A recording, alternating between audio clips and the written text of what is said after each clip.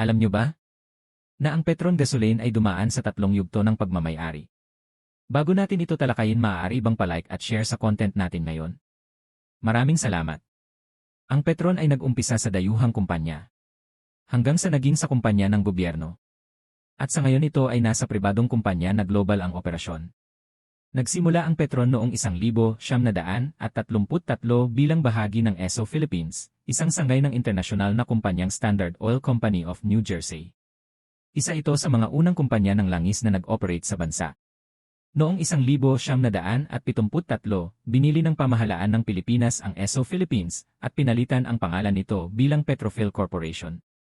Layunin nito na magkaroon ng mas malaking kontrol ang bansa sa supply ng langis, lalo na noong panahon ng krisis sa langis sa buong mundo.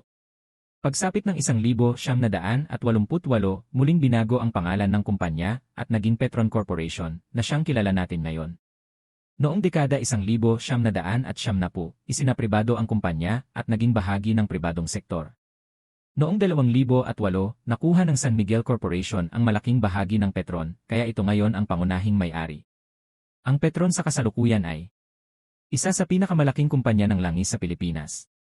May malawak na network ng mga gasolinahan sa buong bansa. Nag-operate din sa ibang bansa tulad ng Malaysia. May refinery sa Bataan, Petron Bataan Refinery, isa sa pinakamalaki sa bansa. Nagbibigay ng iba't ibang produktong petrolyo tulad ng gasolina, diesel, at LPG. Sa panahon natin ngayon ay matataas na ang presyo ng gasolina at diesel. Paki-comment naman sa ibaba kung magkano na ang presyo kada litro sa lugar nyo.